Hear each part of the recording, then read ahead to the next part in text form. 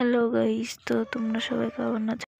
আশা করি সবাই ভালোই আছো। তো আজ আমি বানাবো ব্যাচেলারদের জন্য ঝটপট মাছের ঝোলের রেসিপি।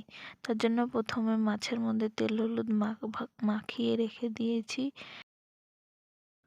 তারপর উনানে কড়াই দিয়ে তারপরে কড়াইটি ভালো করে গরম করে নিব। তারপরে তার মধ্যে দিব তেল। কড়াইটা ভালো করে গরম করে তারপরে তেল দিলে মাছগুলি লেগে যাবে না। তো এবার মাছগুলি এক এক করে দিয়ে লাল লাল করে ভেজে আমি মাছগুলি নামিয়ে নেব।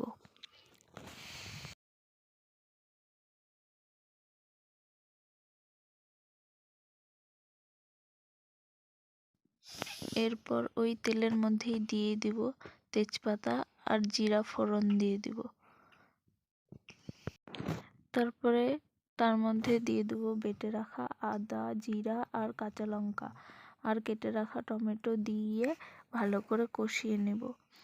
কষানো হয়ে গেলে তার মধ্যে দিয়ে দেবো লবণ, হলুদ, তা দিয়ে একটু কষিয়ে তারপরে তার মধ্যে দিয়ে দেবো সামান্য জল। জল দিয়ে ভালো করে মশলাটি কষিয়ে নেব। কষাতে কষাতে যখন মশলা থেকে তেল ছেড়ে দিবে,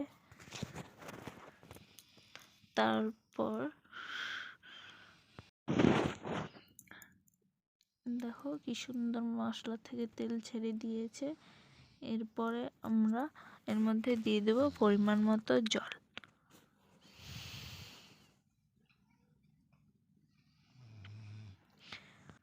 জলটি ফুটে গেলে ভালো করে চাল দিয়ে জলটি যখন ফুটে যাবে তার মধ্যে দিয়ে দেব ভেজে রাখা মাছগুলো। দেখো ঝোলটি ফুটে গেছে, এবার মাছগুলো দিয়ে দেব। এরপর 5 মিনিট ফুটিয়ে এর মধ্যে দিয়ে দেব ভাজা জিরে গুঁড়ো। দিয়ে তোমরা চাইলে নাও দিতে পারো বা গরম মশলাও দিতে পারো।